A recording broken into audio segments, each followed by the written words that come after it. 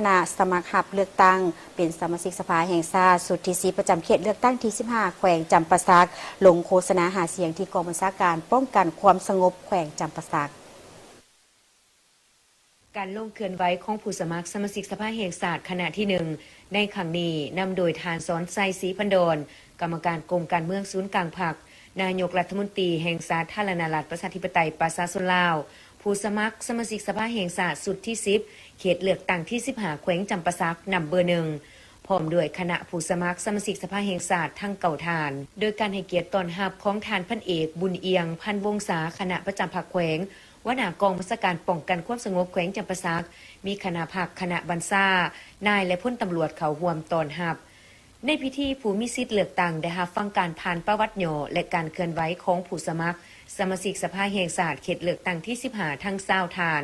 แต่เบอร์1หาเบอร์20โอกาสนี้ทานสอนไซศรีพันดรกรรมการกรมการเมืองศูนย์กลางพรรคนายกรัฐมนตรีแห่งสปปลาวผู้สมัครสมาชิกสภาแห่งชาติสุดที่10เขตเลือกตั้งที่15แขวงจำปาสักเบอร์1ได้มีคำเห็นพบปะเนื้อในที่สำคัญท่านได้ยกให้เห็นพระบทบาทสิทธิหน้าที่และความหมายความสำคัญของสภาแห่งชาติการเลือกตั้งสมาชิกสภาแห่งชาติและสมาชิกสภาประชาชนขันแขวง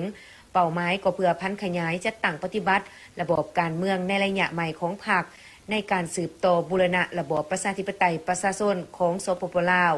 ปรับปรุงกลไกบริหารรัฐให้กลายเป็นอำนาจของประชาชนโดยประชาชนและเพื่อผลประโยชน์สูงสุดของประชาชนอย่างแท้จริง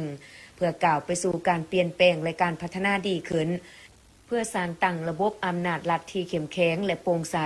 ที่รับใส่ศาสตร์และรับใส่ประชาชนอย่างสุดกกสุดปลายและที่สำคัญการลงพบปะประชาชนของผู้รับสมัครสมาชิกสภาแห่งชาติคณะที่1ในครั้งนี้